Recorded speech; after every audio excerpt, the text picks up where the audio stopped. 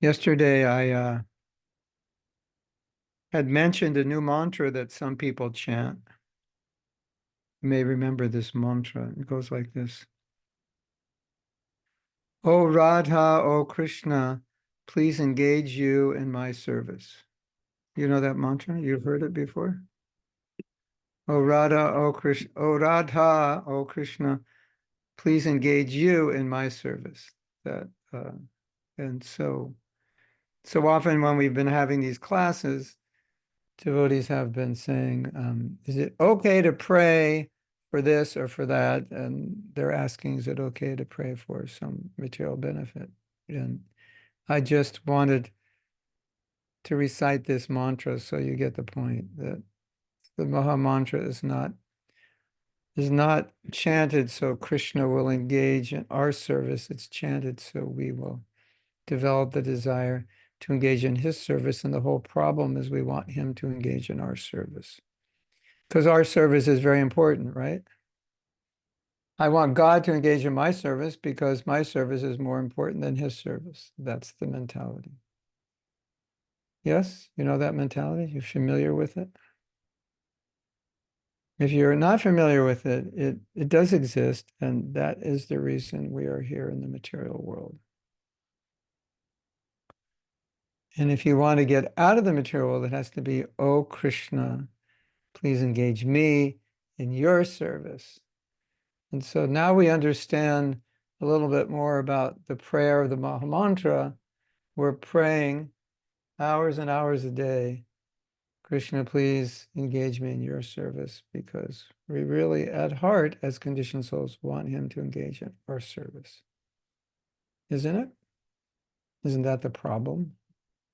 Yes.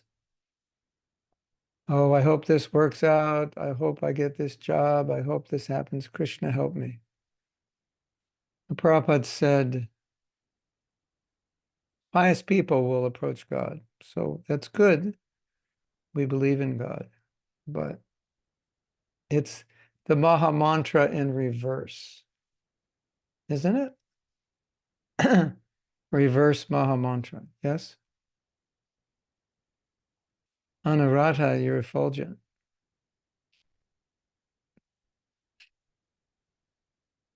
If anyone else wears those headphones, it won't light up, only when she wears them. Hare Krishna. Yeah. So it's either Krishna, please engage me in your service, or Krishna, please engage you in my service. Which one's it going to be?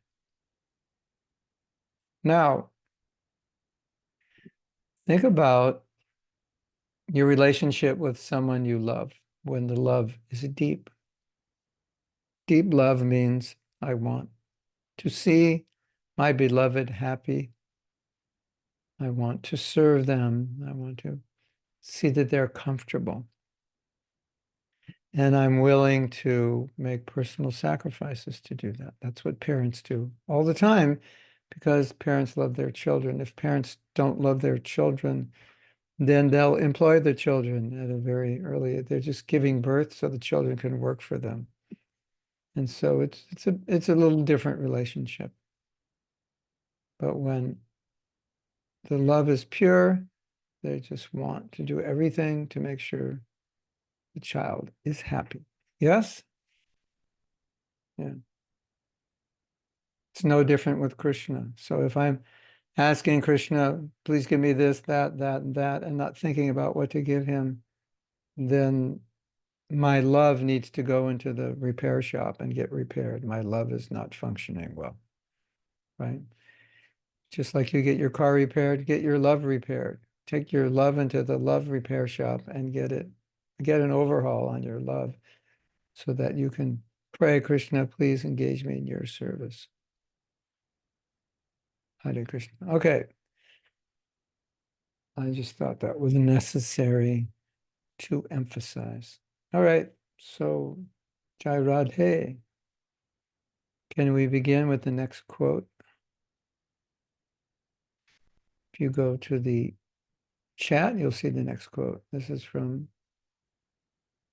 SC. What is SC? Who knows what SC is? Could be a small book. I don't know. Does anybody know? A devotee is never afraid of death. He simply prays to Krishna, I may die and take birth again repeatedly, as you like. But I only ask that in whatever condition I may live, by your mercy, I will never forget you. So this prayer is interesting for many reasons. And the first reason that comes to mind is that if you study the prayers of Vaishnavas, you will see this is often one of the prayers. Hold on a second. I want to clean my camera.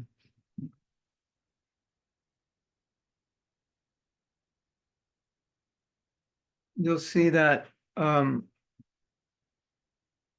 you'll see that often a Vaishnava prays, Krishna, I want to be a pure devotee, or Krishna, please allow me to never forget you, to always remember you, which of course indicates the conditioned tendency to forget Krishna, right? Otherwise, why would you? If you're in love with Krishna, if you're in love with Krishna, you wouldn't have to pray to remember him, because we remember what we love. We also remember what we hate. But if I have love for Krishna, that means 24/7, I'm thinking of Krishna. But for one who's aspiring for pure bhakti, then like the devotee feels the greatest misfortune or the greatest loss is that I forget Krishna.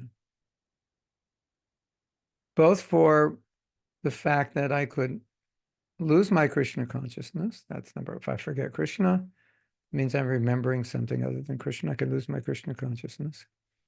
And also for rasa, for relationship, because this is what nourishes my relationship. So if I'm not Krishna conscious, the relationship is not being nourished.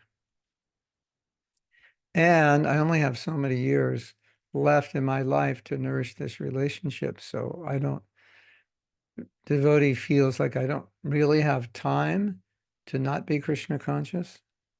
And I'm practicing to remember Krishna 24/7. That's my goal. So this verse is interesting because most people are afraid of death, right?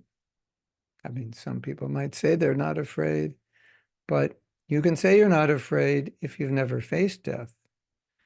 But if you face death and you're not afraid, then you can say, I'm not afraid of death. But you can't say I'm not afraid of death with 100% accuracy unless the time comes that you face it. Then you'll know. But aside from the people who say they're not afraid of death, most people are. And here the devotee is saying something interesting. He said, death is not big on my fear list. For most people, death is probably number one. Well, they say people would rather die than give a public speech. So their greatest fear is public speaking, and number two, dying. Did you know that? Did you know that? That many people fear public speaking more than they fear dying. If they had a choice, they'd rather die. Okay. Karina, there's 5,000 people waiting for you to speak. You have a choice. You could give the speech or suicide. Which one? So some people would say, I would just kill myself. That'd be easier than give this speech and embarrass myself in front of 5,000 people.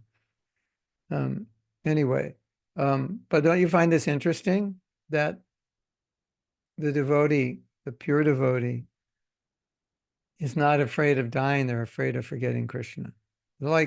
And have you ever forgotten Krishna? Yes or yes? We forget Krishna very easily, and for us, it's like, whatever, that's just normal life. Yeah, I forget Krishna all the time, especially when I'm on Instagram and Facebook or your favorite social media, YouTube. Yeah, I get distracted and I watch all these YouTube videos about this and that. Not that there isn't value, but sometimes it's pure recreation.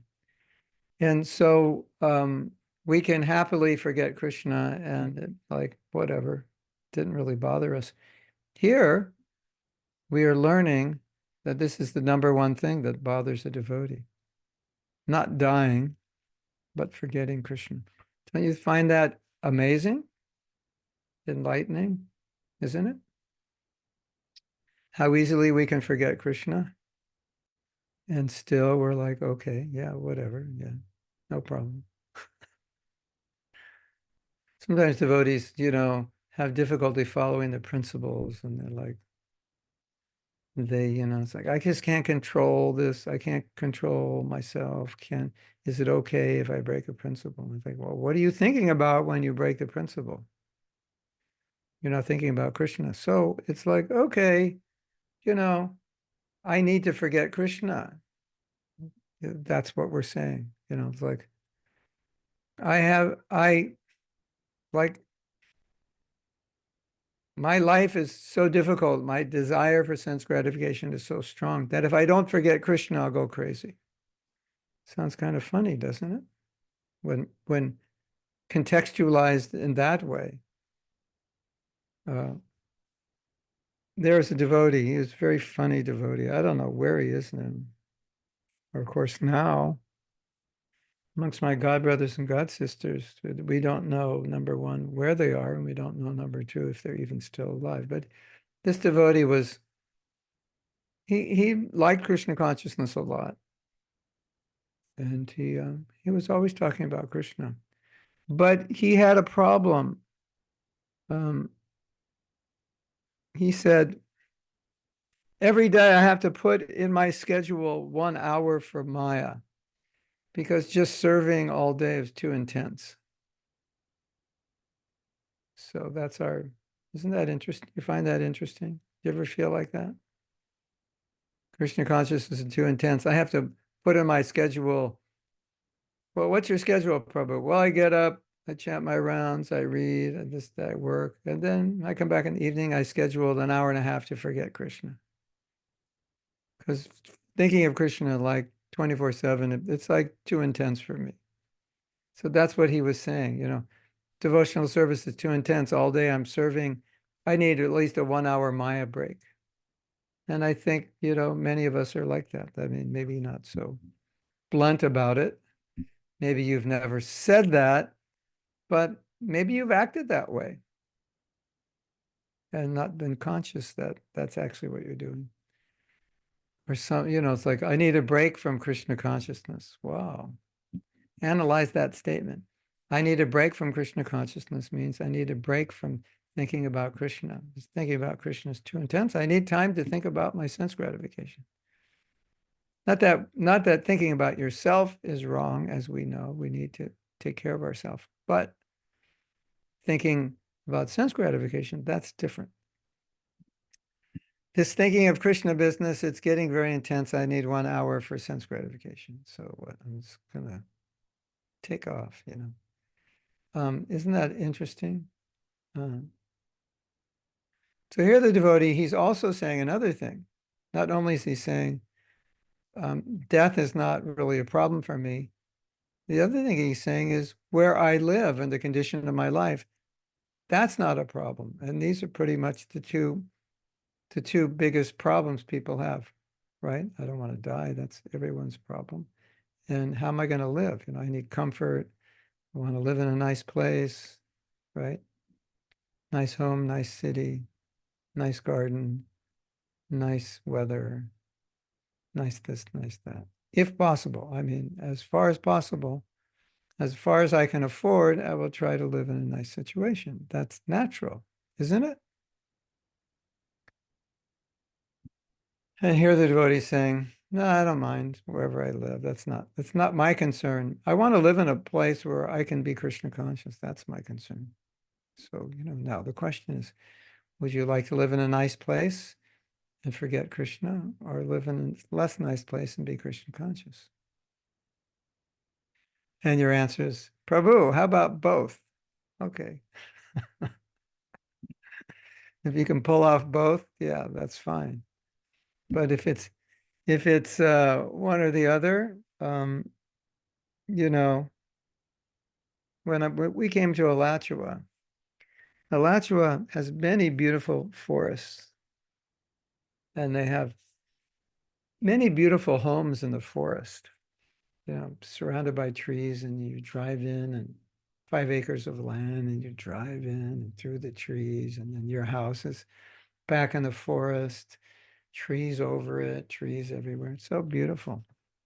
So when we first came here, I was looking for a place, there's so many beautiful places. I was looking.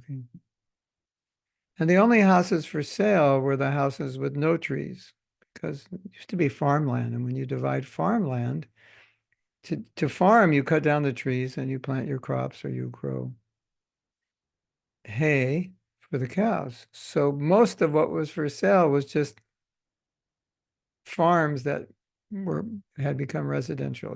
They had like 2 trees on the property. And some devotees that we have known for many years owned a property, and actually they owned 2 properties. And eventually they said, well, you can buy half of our property and we can be neighbors, because we were close friends already. And we had some trees, but it wasn't like a big forest. And I was telling my wife, no, I want to get the perfect house in the perfect forest. And my wife was saying, no, we should live next to devotees. And I said, yes, that's true. You are correct. That is a better choice. So we chose the present house we live in.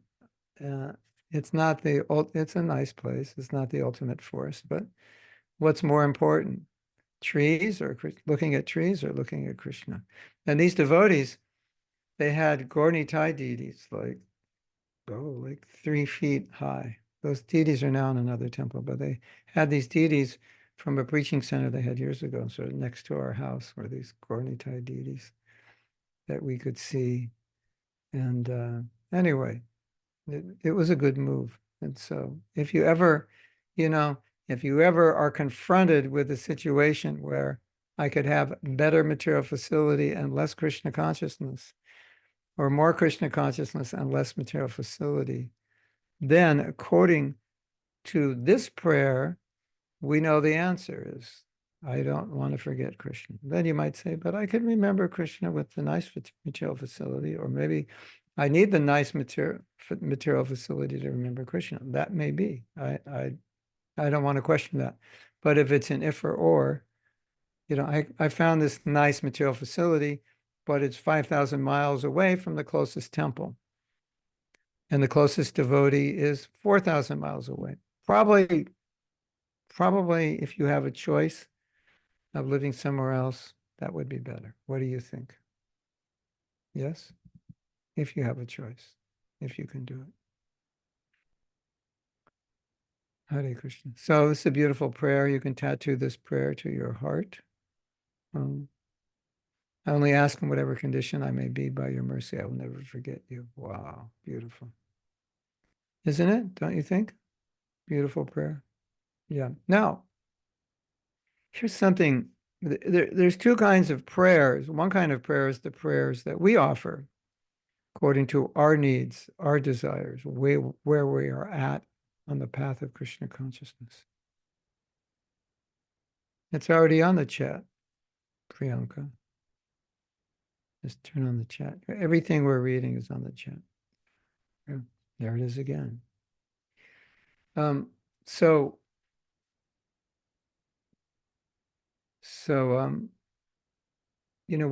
we can offer our own prayers, but when we study the prayers of great devotees, maybe you feel like, well, this prayer is like so elevated. I don't even know if I could offer this and be genuine. That may be true. But we have to admit that reading this prayer is very purifying, isn't it? You agree? It's like when you read the prayers of great devotees, you're entering into their heart. You're understanding their moods. You get to feel what they feel. You get to see the world the way they see it. I was studying the commentary on the first verse of Shashtakam by Bhaktivinoda Thakur. And the way he sees that verse is amazing. And just to read how he sees that verse was so beautiful, so purifying, so uplifting. I was looking and I was thinking, and this is what I was thinking. You want to know what I was thinking? Should I tell you? I was thinking, wow, that's what I was thinking. Wow. This is how a pure devotee sees this verse. This is how a pure devotee understands this verse. So when you're reading the prayers of pure devotees, it's kind of like they're allowing you to see what's going on in their consciousness. They're allowing you to see what's going on in their heart. They're allowing you to see what their ambitions are. And this should be, obviously, this should be our ambition. This should be what's going on in our heart. It may not be, but it should be. Correct? Correct? Yeah. Correct. Correct. Correct. Yeah. So it's kind of like when you read the prayers of pure devotees, kind of takes you from where you are immediately to where they are. And your consciousness just goes up with them, isn't it? As you're reading, your consciousness is just going up, right? And you're in your mind, you're going, wow, wow, wow, wow. That's how a pure devotee thinks. I'm like down here in how I think. I'm just thinking, Krishna, please, I pray, help me get out of bed before 8 a.m. That's where I'm at. And these devotees are praying, Krishna, whatever happens, whatever condition of life you put me in, I don't mind. I just want to think of you. So immediately it just like elevates our consciousness. Oh, that's how a pure devotee thinks. That's the goal. That's the way I should be thinking. So you have these two aspects of prayers: your own prayers, praying for what you need, and the examples of pure devotees. And so, maybe we could say that we mix both of those together, or the prayers of pure devotees, they elevate our need.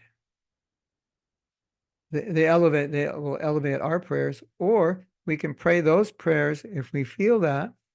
Or as we said on Monday, we can pray, Krishna, please help me have the realization in this prayer that I'm praying now. I pray to you that I will not be afraid of death. And I pray to you that the only thing that I will be afraid of is forgetting you, because I don't feel that way now. Second chance. Oh, okay. Second chance. Should have guessed that. SC. It's like a game. Guess the name of this book. OTWK, On the Way to Krishna. Then we had RTW, Renunciation Through Wisdom, that one. I guessed that one, but it took me a while. Yeah. So Prabhupada was asked, well, you read these prayers of the pure devotees, so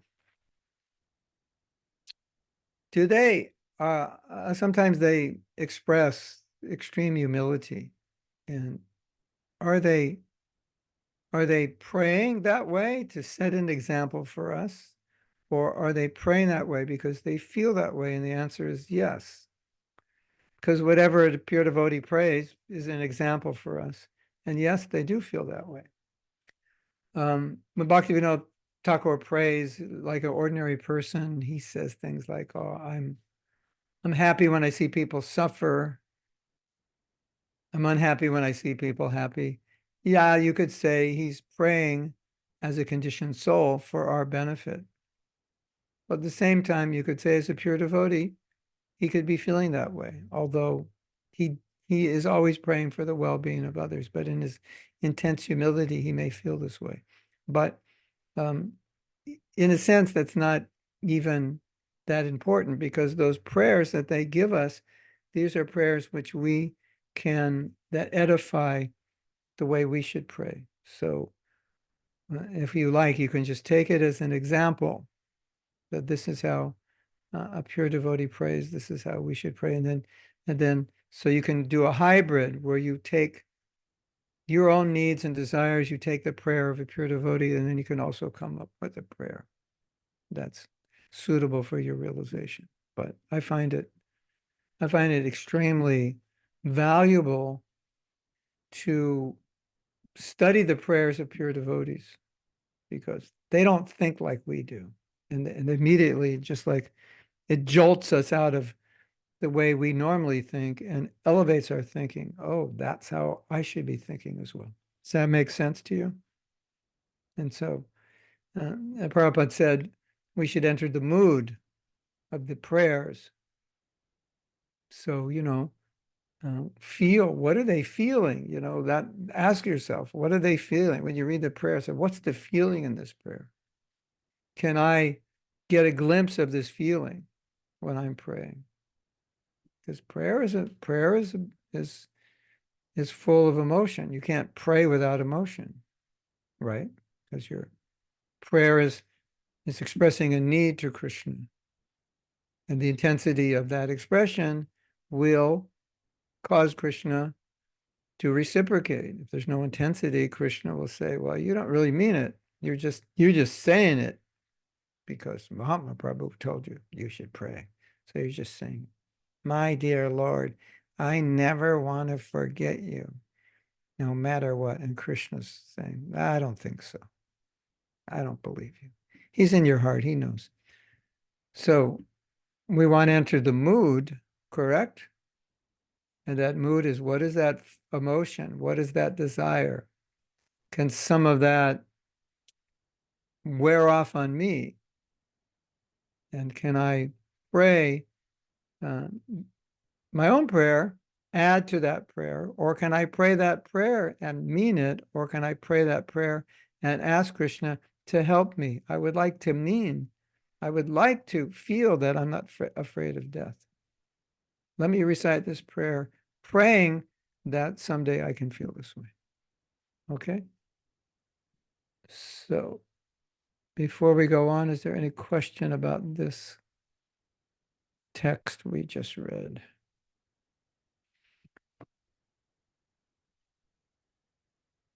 I have some good news for you, for all of those who are afraid of dying. You want to know what the good news is? I think you already know the good news. You don't die. So if someone ever says to you, are you afraid of dying? You say, I would be if I actually were to die, I would be, but since I don't die, there's nothing to be afraid of. That's the KCPC answer. KCPC. The Krishna conscious, politically correct answer is, I don't die. And I have another KCPC answer for the Christians.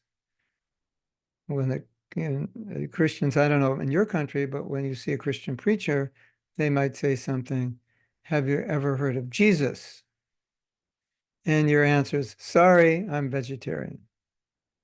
That like just quickly, sorry, I'm vegetarian or vegan. And if you can walk away, they'll kind of be bewildered by it. And if they stop you and say, oh, I can't follow any religion in which promotes violence in any way, shape, or form. Anyway, you don't want to get involved in discussions with them unless they are open and willing. And that may also be a waste of time. But we don't want to undermine their faith, which is one of the reasons we may not want to talk to them. But anyway, that's a KCPC response, one possible response. Okay, so let's go to the next quote.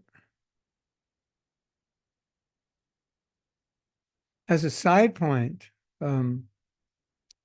As a side point, in case you don't know, one of the most popular books published by the BBT is The Science of Self-Realization in terms of feedback. Like if you are, this is in the West, I don't know about India, but if you are going to a college campus, for example, every week, you will meet the same people. They have the books, they give you feedback, what books they like. And that's one book that people like a lot.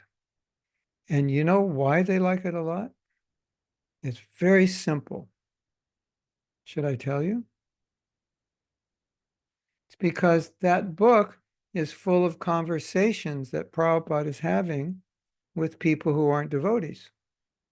So naturally, because we're distributing books to people who aren't devotees, they relate to that book because those are mostly conversations or lectures to people who are not devotees, or at least they don't know they're devotees yet. They're devotees, they don't know it.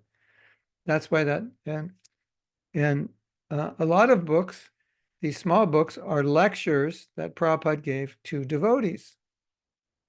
And so maybe in India, because people have a basic knowledge, those lectures resonate more easily than they would for Westerners. Not that a Westerner couldn't resonate with it, but they especially resonate with books which were lectures that Prabhupada gave to new people, which is common sense, isn't it?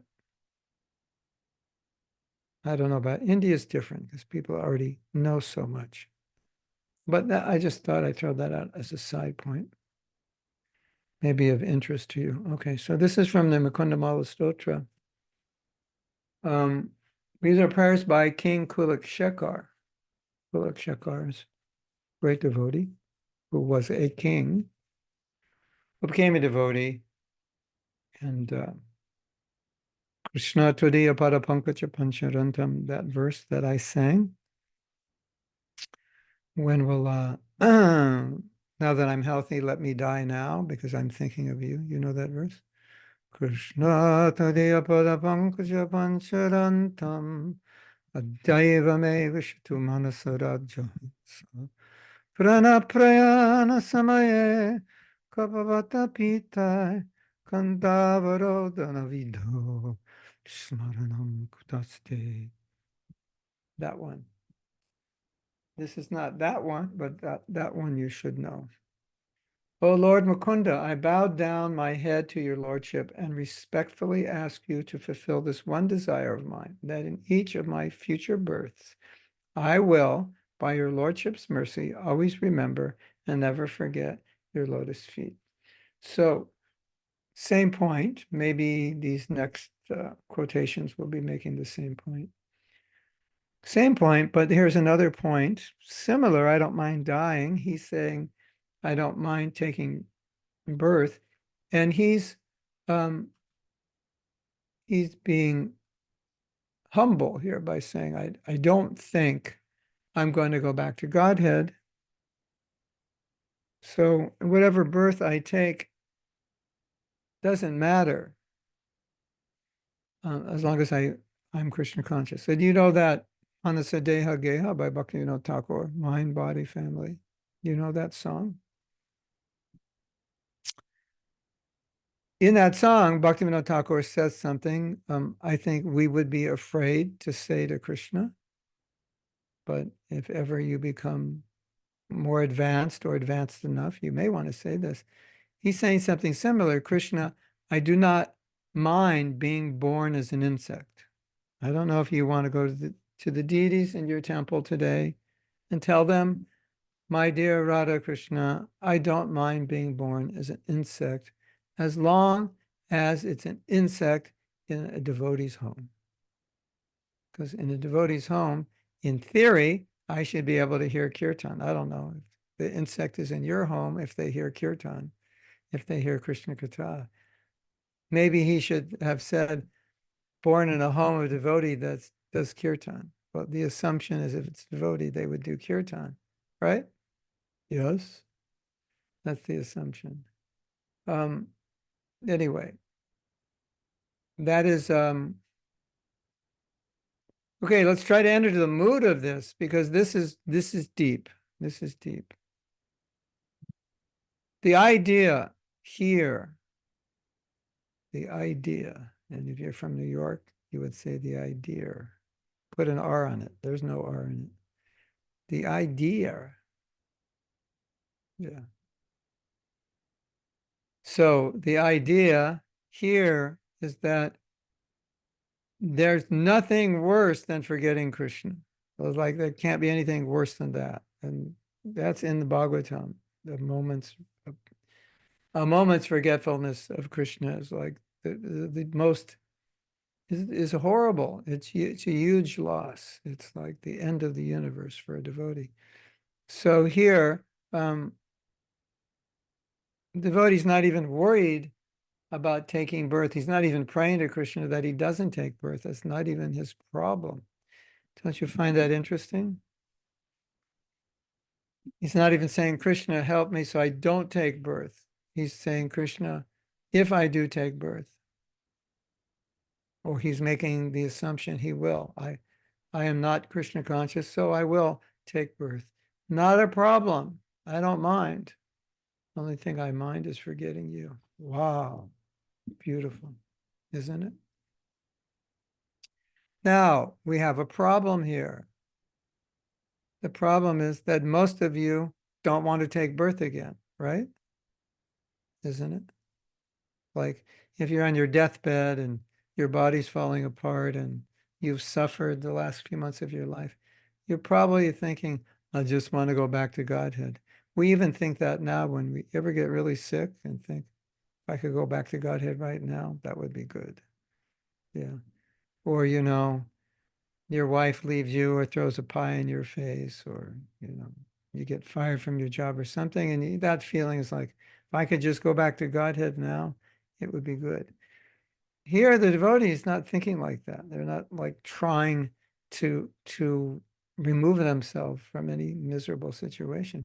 Because for the devotee, the most miserable thing is forgetting Krishna. That's amazing, isn't it? Like for us, we can make a list of 1,000 things we don't like, isn't it? You probably have that list in your mind, right?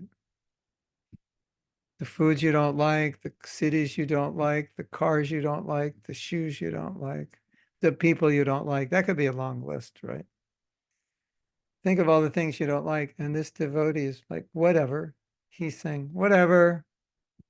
He's not even, saying wherever I take birth, make it here or there, make sure it's in Hawaii or Bali or something. I was just in Australia. I heard a lot about Bali or Goa. Yeah, but I think Bali's better than Goa, but Goa is okay also. Yeah.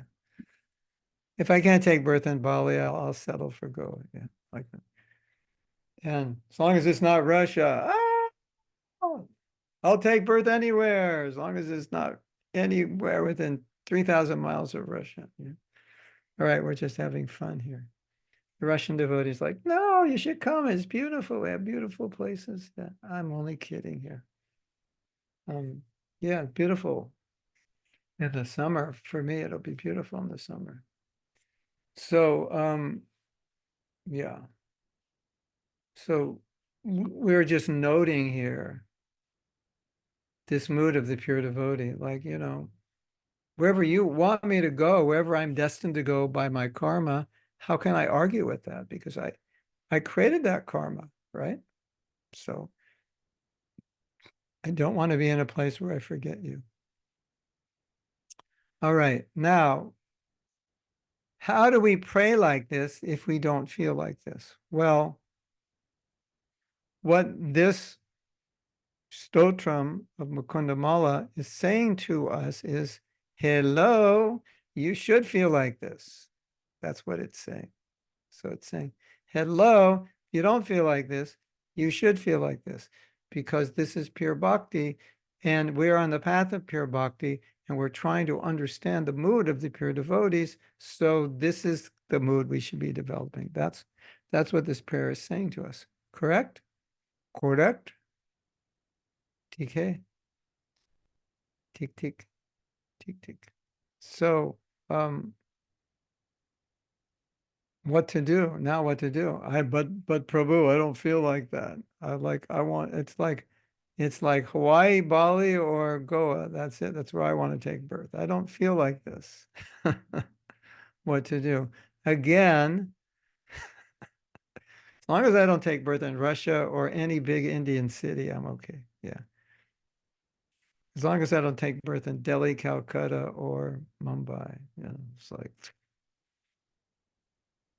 I mean, I don't know how you guys do it because for me, just from driving from Mayapur through Calcutta to the airport is a traumatic experience, and it's only 2 hours now.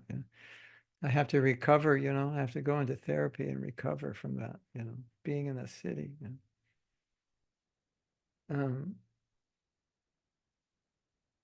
so, but now I'm offending everyone's city except I haven't offended Goa. I've offended Delhi. I've offended every city in India. Right? Due to that offense, I'll probably have to take birth in India, right? You know, um, One time devotees were with Prabhupada in India, and I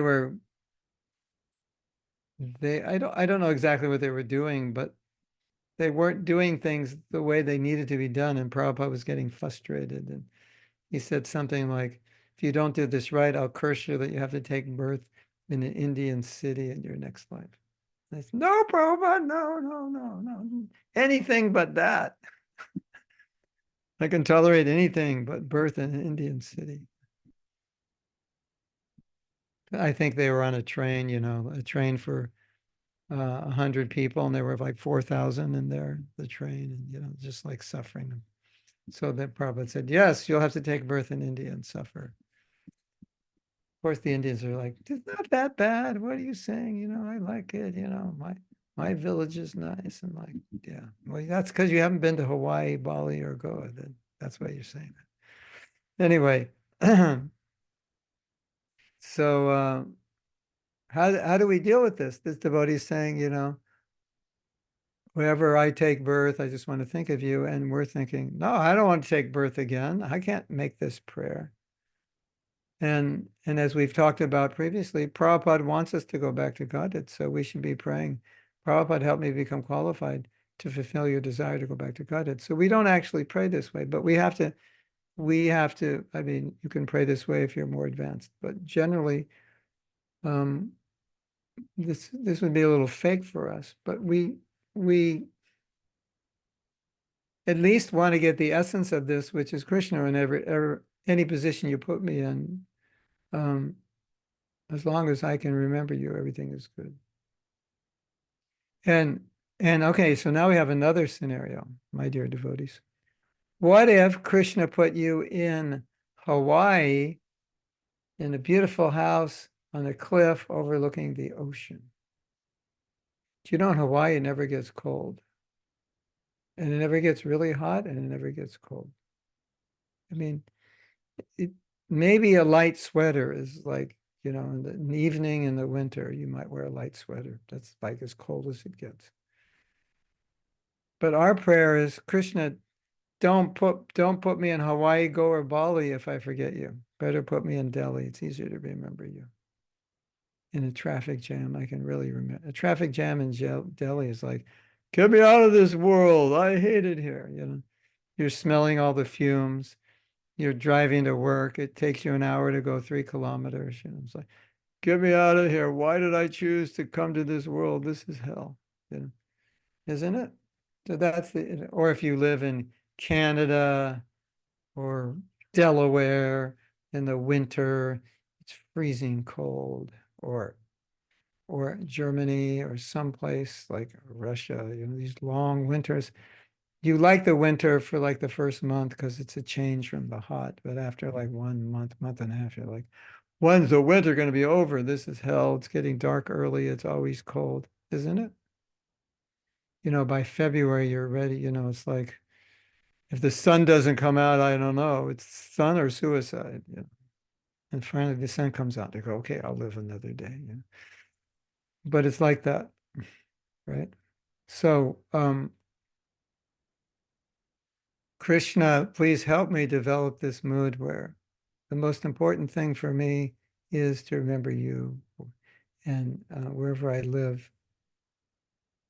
That is okay, however you put me. Of course, we want to live in a place we can be Krishna conscious, but we understand the mood of this prayer is whatever situation I'm in. The worst possible thing is not the situation or the weather or this or that. It's um, a place where I can't be Krishna conscious. That's where it's most difficult. I don't want to be in that place. Of course, you can say you can be Krishna conscious anywhere, but some places it may be difficult. And if now here's another problem. Sometimes we voluntarily put ourselves into places or situations where we have difficulty being Krishna conscious.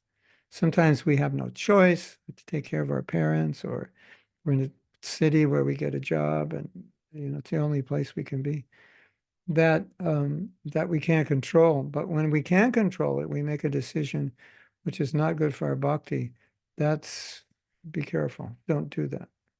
Let these verses inspire you not to make decisions that would in any way compromise your bhakti. Okay. So let's read the next one. O Lord Hari, it is not to be saved from the dualities of material existence or the grim tribulations of the Kumbhipaka hell that I pray to your lotus feet, nor is my purpose to enjoy the soft-skinned, beautiful women who reside in the gardens of heaven. In other words, do some karma kanda and go to heaven and enjoy. I pray to your lotus feet only so that I may remember you alone in the core of my heart, birth after birth. So it's the same principle. Like Krishna comes to you and says, okay, O Radha, here's your choice. We've got a place for you in heaven. You want to go? And Anuradha's answer is going to be, if you want me to. If not, I stay here. Wherever you want, that's where I go. Because my goal is not to enjoy. My goal is to serve. That's the idea. Yes? Krishna says, do you want this? And you say, the KCPC answer is, whatever you want, Krishna. That's what I want. And then Krishna says, no, I want you to tell me, do you want this? Do you want to go to heaven?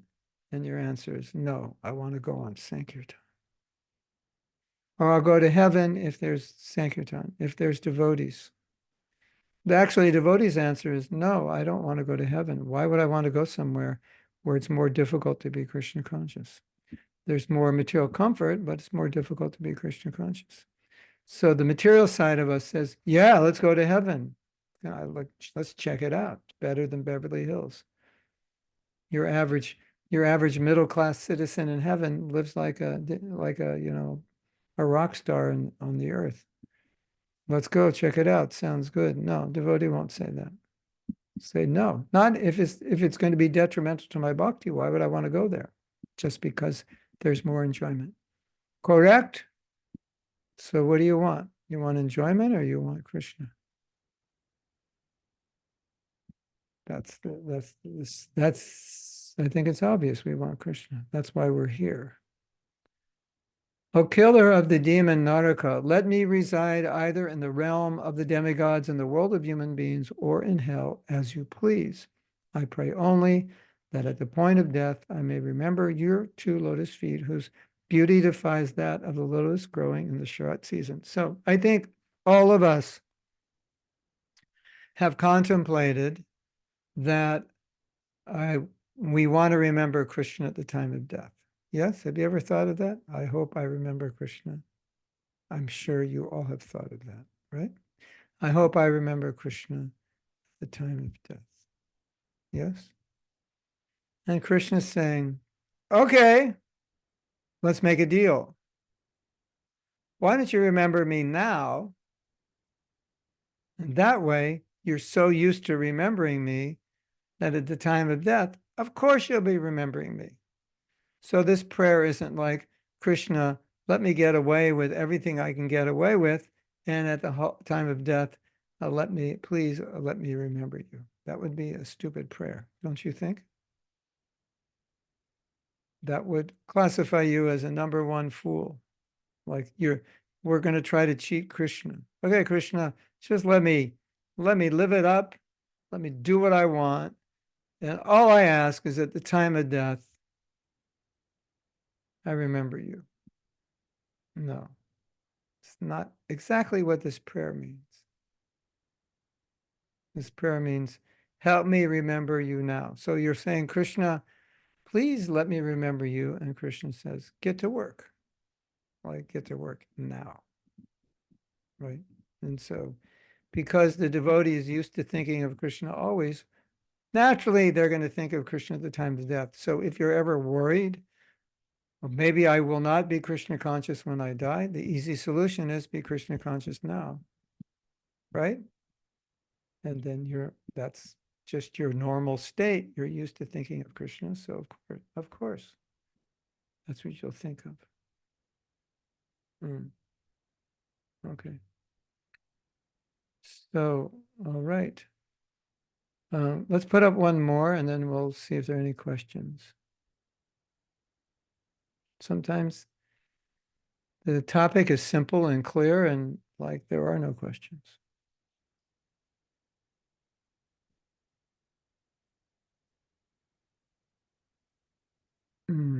Jai Radhe. Jai Radhe. Jai. We may have lost her. Let me see. I could put it up.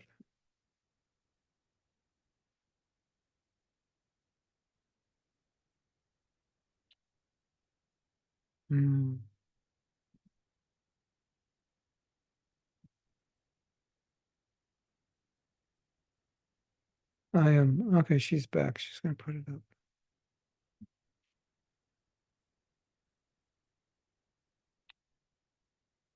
Hmm.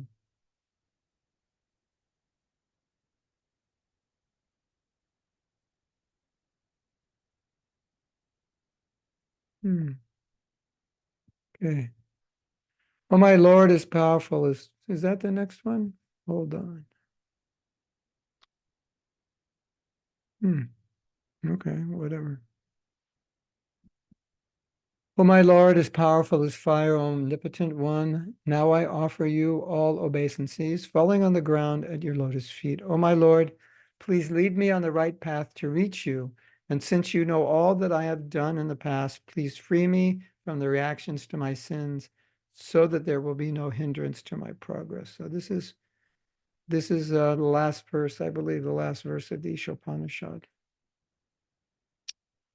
1971, I wrote a song with this verse, and I was on a radio station, and I played the guitar and sang it.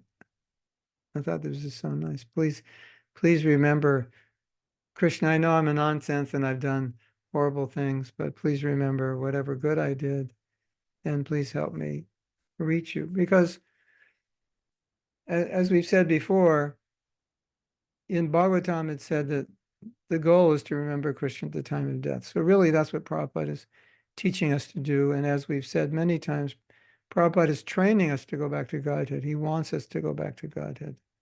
So I have some good news for you. Uh, uh, I think we read that one, yes. So I have good news for you. Two things that were asked of Prabhupada about the time of death. And everybody said, Srila Prabhupada, what if we remember you, but we don't remember Krishna? That's an interesting question, especially for those who were really attached to Prabhupada and didn't feel that they were very Krishna conscious. They thought, probably at the time of death, I'll be thinking of Prabhupada, not Krishna. Prabhupada said, wherever the spiritual master is, Krishna is there also. So thinking of this, so Prabhupada saying, there's no question of thinking of the spiritual master, not thinking of Krishna, because Krishna is always there with the spiritual master, isn't it? Something like that. The other thing that Prabhupada said, if you dedicate your life to Krishna, then even if you forget him at the time of death, he will remember you. So he will take you back to Godhead, or perhaps Prabhupada meant he will remember you, and then he will enter your mind and heart. But the point that Prabhupada was making here is that if you dedicate your life to Krishna consciousness, the Krishna will take care of you. You don't have to worry. He'll, you forget him, but he'll come and remember. He'll come to you. So that's a beautiful thought. And so in that sense, you could say, well, then I don't need all these prayers because he's going to take care of me. In a sense, that's true. In a sense, we can rewrite these prayers and say, Krishna, I know that at the time of death, you will come to me, you will help me. And I just want to let you know I'm ready. I'm ready for you to come. So, yeah. Still, the mood of this prayer is, Krishna, I tried my best to serve you, and I want to go back to you, and please remember this fallen servant. So please help me. So at the time of death, I can go straight back to you. And that's what Srila Prabhupada wants. So that's what we should want. Yes? Okay. So it's 10:33 in Alachua, Florida. Mayaresh is saying, it seems to be a good prayer from the self-care point of view. As devotees who degrade themselves for past sins, they can focus more on this mood. Yeah. Yeah, of course, you could expand that and say, well, any prayer is the mood of self-care because you're praying for something that would be of benefit, right? You're praying for your own well-being. Krishna, help me in improving. So that's a good point. We can say all prayer is an act of self-care, or in general is an act of self-care. Then you might say, but this devotee is praying that he'll live anywhere. That doesn't seem like self-care, but to be Krishna conscious is the highest form of self-care. So he's praying to be Krishna conscious. So yes, the idea of prayer is that we need help. We can't be Krishna conscious solely on our own. So we pray for help. And that's an intricate part of bhakti, and it's natural because it's the humility of a devotee. And as we've said, devotee is praying for help to be Krishna conscious, not only because it's the devotee's desire, it's also the desire of their guru. And sometimes our desire to be Krishna conscious is weak. We're not inspired. We don't feel like doing our sadhana or whatever. And we do it because we've committed to our guru to do it. So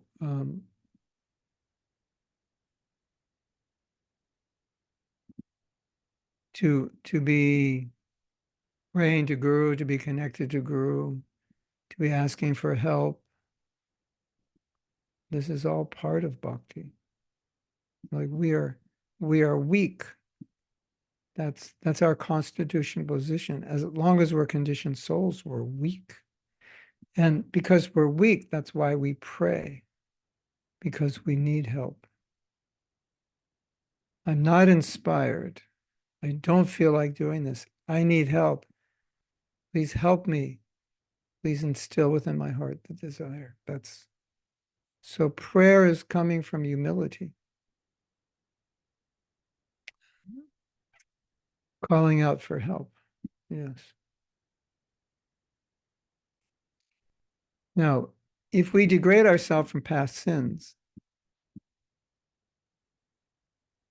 the process is to ask for forgiveness from Krishna. That's good. We should do it. And the process is to stop committing the sin.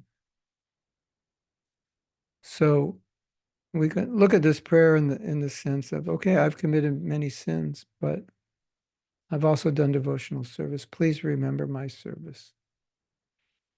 And please purify my past sins. We know those sins are purified by the practice of bhakti, but they're not purified if we continue to sin and use that sin and use our bhakti as a means of purifying that sin. Even in Christianity, those who were more serious about Christianity would not take advantage of this being forgiven, to be endlessly forgiven, to be endlessly sinful and endlessly forgiven. That's not the idea. So, in a sense, if we were to recite this prayer, we're reciting what we already know as a fact, that Krishna is freeing us from our past sins. So there may be a mood to offer this prayer because we've committed past sins. But everything in bhakti is purifying us, just like everything is freeing us from past sins. Seeing the deity, taking Charnamrita, seeing Tulsi, hearing Bhagavatam, chanting the holy name, going to the Dham, all these things. So, so kind of our mood is, Krishna, I've chanted my rounds, I've gone to the Dham, I've read Bhagavatam, I've done my best. Please clear the path. Let me go back to you now. Please help me. That's the mood. So we could be thinking that way at the time of death.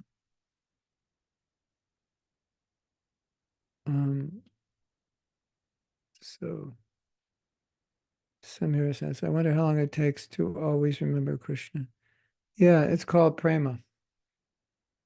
Because you can't always remember. I mean, you can remember philosophically, but as long as there's this desire within our heart to enjoy independently of Krishna, that's when we forget him. Right? Correct? So naturally on higher stages of Krishna consciousness, that desire to enjoy is mostly removed. So then what do you think of? Who do you think of? What's there left to think of? So as you go to higher stages of Krishna consciousness, Krishna is so attractive, so much more attractive than everything else. That's what you think of, because we think of what's attractive. So you ever think of chocolate ice cream? Admit it, you have, yes. Why do you think of it? You ever think of pizza? Your favorite pizza with what? Peppers, tomatoes, and ever had a pineapple pizza? Whoa, it's really good. Yeah. So now I've got you thinking of pizza. Wow. Well, if you don't like pineapple pizza, you won't think of it. But if I speak about something that's attractive to you, it's easy for you to think about it, isn't it? Do you ever want to buy something and you're really attached to getting it and you're thinking about it and what color you want, what size you want, when you're going to get the money to buy it? You ever think like that? You thinking about a new phone, Priyanka? They're up to, Samsung's up to 24. What's iPhone up to? 24, 25, you know. We went on a walk the other day and devotee had his Samsung 24 and he said it's got an 8K camera. 8K, 8K, that's like what they do motion pictures in 8K. You can make a motion picture with this camera. And it goes up to 200 megapixels. Most like I have like $1,000 camera, which maybe it's 16 megapixels, and this little phone is 200 megapixels. And I was thinking, maybe I should get this phone. 200 megapixels. Wow, we could make some good videos. So I don't really care about phones. I'm not that attached. But if I were, then I would be thinking about the Samsung S24 because I have Samsung. Or if I was an iPhone person, I would, you know what I'm talking about. So I'm just making a point. You think about what you're attached to. So when you get to higher stages of Krishna consciousness, will you always think about Krishna? The answer is, of course, because that's what you're attached to. And, the stage of ruchi, you have such a taste for bhakti. You have a natural detachment from everything else. So from ruchi onwards, you're going to be thinking of Krishna. But obviously, the stage of prema, that's 25 hours a day, you'll be thinking of Krishna in separation. Yeah. So, what what we're trying to do is something like this. And my head wants to go this way. Bring it back. Like you're chanting, and your mind goes, bring it back. Hare Krishna, Hare Krishna, Krishna Krishna. Hare Ram, Hare Ram, Ram.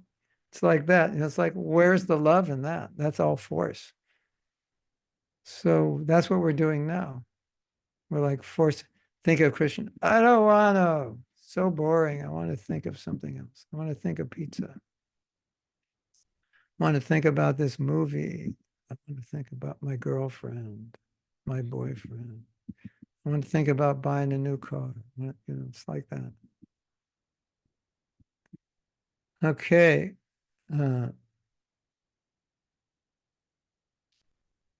Myra says, is it okay to pray out of guilt if we feel that Krishna has given us so much, but we are not reciprocating with him? We pray out of guilt while chanting. If it helps you, Krishna, let me give back more to you. Yeah. Anything that helps your Krishna consciousness, do it. Anything that doesn't, don't do it. I don't know if that helps you. It sounds like it's helpful. We have a question from Jose. Throughout your class, I've heard different topics. Many questions have arisen, even for many years as I come from Judeo-Christian tradition. They relate to Lord Jesus regarding death. I would like to understand from Vedic wisdom what the death and resurrection of Jesus really was. And the idea of thinking about crucifixion also terrifies me. Who wouldn't be terrified of dying that way? On the other hand, an unanswered question for me is whether Jesus was a vegetarian. I'd like to know where the answer could be. Finally, on the other hand, currently, with global warming, places with hot climates will become hell. So I'd like to know what type of climate most suitable for the cultivation of Christian consciousness. Places with very hot climates are cold. I'm not talking about the extremes. Yeah, the more hellish the city, the more Krishna conscious you'll be. Find the worst city in the world. Move to Siberia in January if you want to be Krishna conscious. That would be a good place to be. Of course, the real answer is go the city where there are devotees, where devotees and deities and devotees you like and service you have. But I lived in London. It's a good place to be Krishna conscious. It's always cold and dark, especially in the winter. I've been to Hawaii, it's a good place also, but it's more difficult because it's nicer. So don't run away from a situation that's not nice, because often it's the best situation to be Krishna conscious. But the ultimate answer is the place where there are devotees that you're close to and where you have service and where there's hearing and chanting about Krishna. That's where the city you want to live in. That's the place you want to live in. As far as Jesus, I'm not an expert, but as far as being vegetarian, Prabhupada always said that Jesus said, "Thou shalt not kill," or the commandment was kill. It wasn't "Thou shalt not murder." It's kill, meaning all living entities. So there was talk about Jesus feeding with fish, and Prabhupada said, "Well, God can do whatever. He's God, or in Avatar, he can do what he wants." When they were asking about killing him, Prabhupada said, you can't kill a pure devotee. And he also saw a crucifix and he said, what kind of religion is this that you have on your altar your guru being killed? It's very strange. And what is accepted as in mainstream Christianity as the history and the Siddhanta, the conclusion, uh, may not be accurate, but it's what has been handed down for various reasons. That's a big topic. But, you know, Prabhupada often said Jesus is our guru. He's teaching how to love God. So if you find a way to love God, you're following him, even if it's not coming directly from his teachings. Of course, in Christian consciousness, we have disciplic succession, so that knowledge is being passed down from guru to disciple. In Christianity, most of what you have was written down long after Jesus left by people who never even met him. So that does shed some questions on the accuracy of the teachings. That's a whole topic. Hare Krishna. Okay. Okay. All right. So, any other questions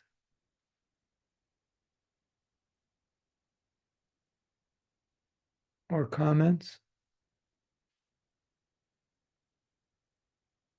I didn't say anything controversial today, so you're all like half asleep, right? Okay, let's say something controversial. The earth is flat. How about that? They never went to the moon. What else? Prabhupada said, they said, Prabhupada, is the earth flat? And he said, well, everywhere I walk, it is. Um, Talia made a profound statement. The best place to remember Krishna is a clear heart of mind. Beautiful. I like it. Where should I go to remember Krishna? Yeah, go to a clear heart and mind. Mm. The question of why am I not remembering Krishna or why wouldn't I want to remember Krishna is because I want to think about my own enjoyment. And if I'm thinking about my own enjoyment, thinking of Krishna is just, it interferes with it. I don't know if you ever had that experience where you didn't want to think of Krishna because it would interfere with your material enjoyment. You ever had that experience? It's like Krishna, remember that story I told where Prabhupada was talking with the devotees about something material they were discussing, some history of something, something.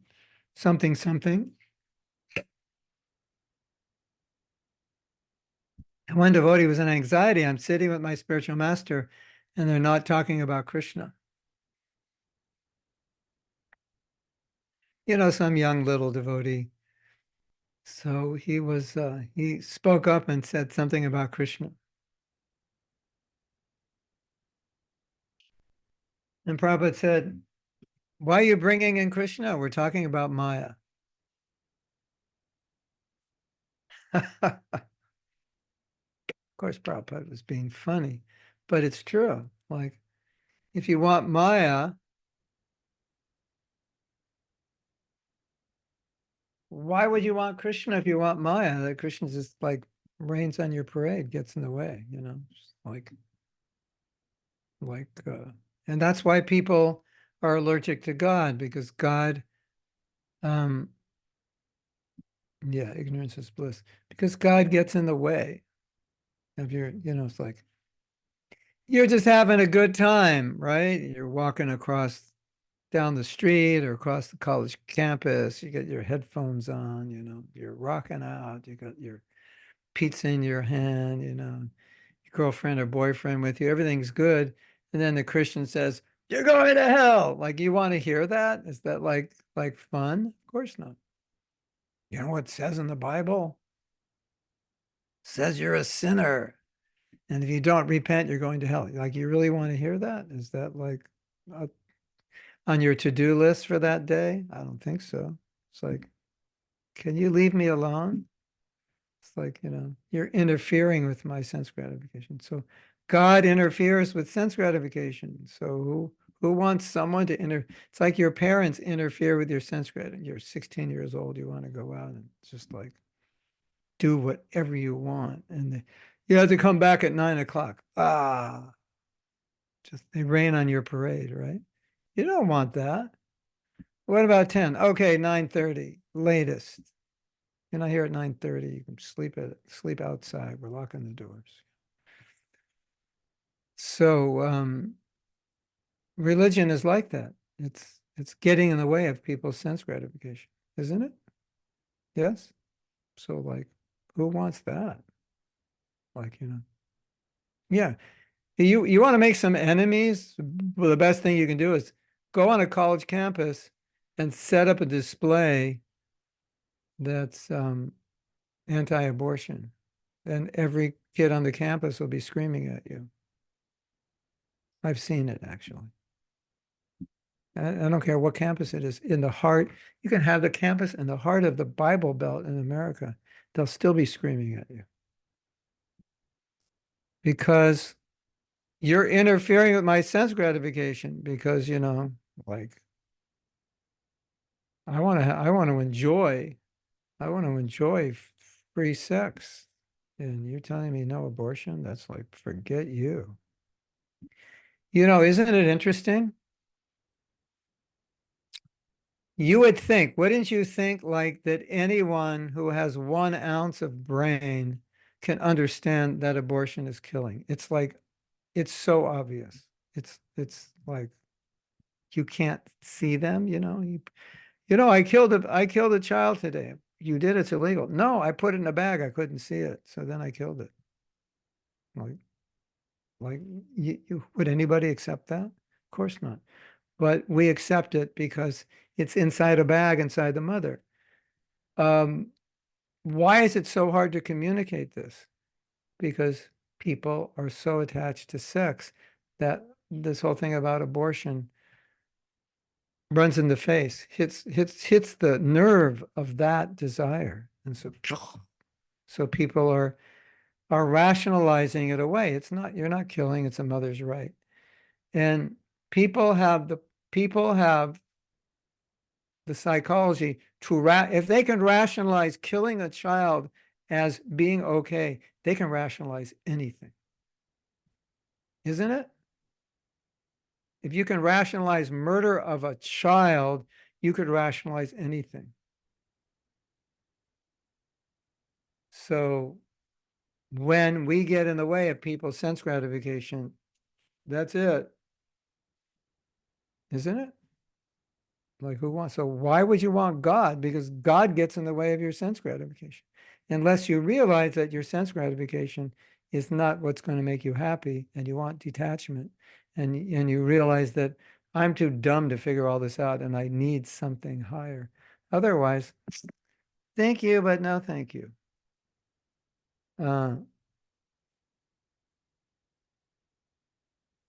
One of our neighbors told she doesn't want to chant more, otherwise I would become detached. I would become detached as my mother. I don't want to be detached. Yeah, that's a big fear. What will I do if I'm detached? Well, here's the news. You can tell her this, Kavita. The news is you can't get detached if you're not detached. So if you became detached, it's because you're detached, which means it's because you'd want to be detached. It would be natural. It can't happen any other way. So you never have to be afraid that I'll become too detached than I'm capable of, because that's impossible. Because you can't, it's not like I'm becoming detached against my will. I'm becoming renounced against my will. No, it would only happen because you're evolving spiritually. It would be natural. It's not going to happen beyond your level of involvement. So if you're up here, yeah, you'll be detached from things down here. But if you're here, you won't be, and you can't be. So it's not even a problem. It'll be natural as you go up. Nothing to be afraid of. But what if I chant Hare Krishna and I completely surrender to Krishna? Well, if you do, it's because you want to. It's not like Krishna is gonna come and push you over from behind you. I didn't want to surrender and Krishna pushed me. No, it's because you want to, because you're advancing. Does that make sense? Claire? Yeah. So that fear of being detached is a false fear because you can't be. unless you can't be detached any more detached than you are. So stop worrying about it. It'll happen naturally or it won't happen. Samira says, I sometimes observe myself doing so many things and delay my japa. Through that, I feel like there's some resistance. I feel bad because I'm putting, yeah, exactly. Yeah. I have so many things to do. I'll chant japa later. Yeah, it's just another way of saying I don't want to chant japa, and I have a good reason not to right now. So I don't have to feel guilty about putting it off, right? Something like that. Been there, done that myself. Yeah. That's why we have sadhana, because we have to do things we don't like. Mathura says, I experience it helps to remember Krishna when I think of him as my best friend, well-wisher, and support, and talk to Krishna, sharing my deepest inner emotions, feelings, desires, and thoughts. Beautiful. You can write letters, sing songs, do everything. Myresh, Germany legalized marijuana some days ago, and they were rationalizing it to combat illegal practices. Yeah, I mean, it's inevitable. If enough people are doing something, you're going to have to arrest everyone in the country, including the prime minister, probably. He or she, or, people in government probably do it also. And you have to arrest everybody. So better legalize it, right? That's democracy. That's how democracy works, right? Isn't it? Democracy is like, what the people want. It's not what's right, it's what the people want. Yeah. It's like, in America, when America was, I think, the first democracy, wasn't it? Yes. I don't know my history, world history. So the idea was these people came from England to escape. I think they wanted religious freedom. They couldn't get it there and other freedoms. But when they formed the government, they never intended that actually every person would vote. They only intended that the educated would vote. Did you know that? Yeah. We have this thing called the Electoral College. So every state has members who will vote. And that Electoral College were like the intellectuals, the elite who understood politics. If you go out on the street and you ask people political questions, you will see that like 99% of the people have no idea of what's going on politically. It's just so it was never, and they knew that. And so they never intended for everyone to vote because they didn't feel people were qualified. So that original idea of democracy was the people who are informed would make decisions on behalf of everyone else, not that everyone would vote. So now everyone votes, and the biggest dog gets elected because people are, according to Bhagavatam, are like dogs, and the top dog becomes the president. So it's not really an honorable position. You're the top dog, you are voted by the other dogs. Yeah. But if you were voted by the intellectuals, the people in knowledge who understood politics and understood what was best for the government, that would be honorable. So now you just learned a lesson in American politics. Hare Krishna. And our representative from Hawaii is here. And we were just telling everybody that it's either Bali, Hawaii, or Goa, if you're going to have to take birth in the next life. But then we decided actually better take birth where it's best for your Krishna consciousness. And Siberia could be the best place, I think, or London. London's a great place. Always dark and cold. The time Prabhupada was in London and they said, do you believe in hell? And Prabhupada said, yes, we do. Hell is very dark and it's very cold and rainy, just like London.